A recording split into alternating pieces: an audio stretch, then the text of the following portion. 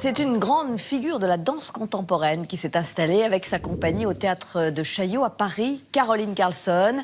Elle a séduit depuis longtemps le public français par sa façon unique d'occuper l'espace avec beauté, fluidité et poésie, mais aussi avec une grande capacité d'improvisation. Venue de Californie et du mouvement hippie et arrivée en France en 1971, elle s'est produite sur toutes les scènes, y compris à l'Opéra de Paris ou au Festival d'Avignon. Sa gestuelle, les mouvements d'ensemble qu'elle imagine sont toujours tournés vers la spiritualité. Leçon de création chorégraphique en compagnie de David Caillot.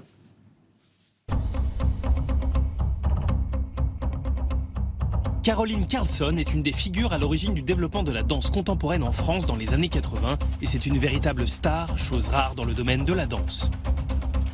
Pour la rencontrer, direction les sous-sols du Théâtre National de Chaillot à Paris, où la danseuse et chorégraphe américaine répète inlassablement ses spectacles à 70 ans passés.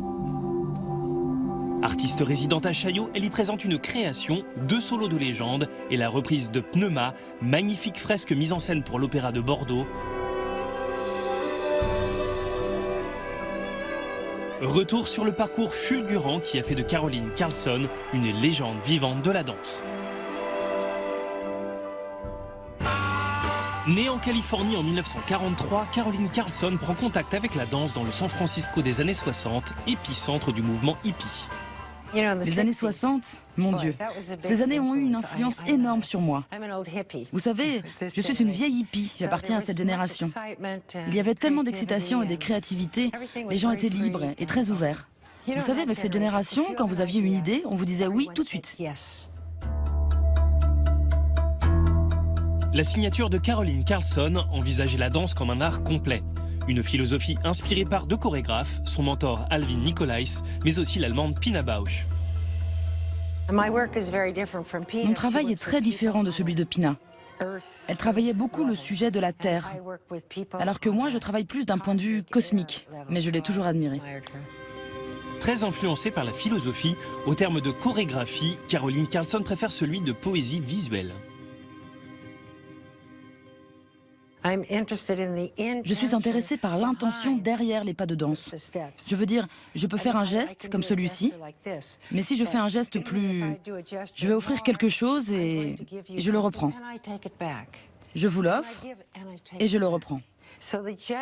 Pour moi, les gestes ont une signification qui est plus profonde que de simplement faire ça. Il faut toujours rester dans un état d'innocence.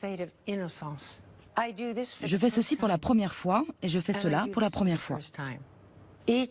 Chaque mouvement vit et meurt en 1 seconde. Il vit, il s'en va. Il vit, il s'en va. En 1973, Caroline Carlson rejoint l'Opéra de Paris où elle crée un groupe de recherche théâtrale. Avec ce cadre expérimental, elle travaille l'improvisation et bouscule les habitudes de la maison. Je suis arrivée en apportant le concept d'improvisation en français. Et les danseurs se disaient « Waouh, je peux faire quelque chose d'intéressant ». Elle surprend, elle fascine, elle choque ou elle irrite, mais avec elle, il existe aujourd'hui un phénomène qu'on ne peut nier, le phénomène Carlson. Lors de la première représentation devant le public, on a eu le droit à des « Bouh, rentre chez toi ». Mais il y avait aussi des « Bravos ». La salle était divisée. C'était un moment très excitant. Parmi les 70 créations de la chorégraphe, certaines ont particulièrement marqué les esprits, comme son solo de 1983, Blue Lady, qui s'attache à décrire les différents âges de la vie d'une femme. Comme la plupart des chorégraphes américains, Carlson a toujours été en contact avec des peintres et des plasticiens. Une manière de mieux visualiser la scène qu'elle dessine minutieusement, comme dans Dialogue with Rothko, présenté à Chaillot et inspiré du peintre américain.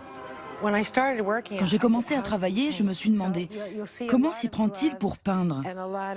Donc on voit beaucoup de gants et beaucoup de mains étranges, parce que pour moi ce qui est important, c'est qu'il peignait avec ses mains. Qu'est-ce qui l'animait? Qu'est-ce qui le faisait bouger? Qu'est-ce qui le faisait vivre?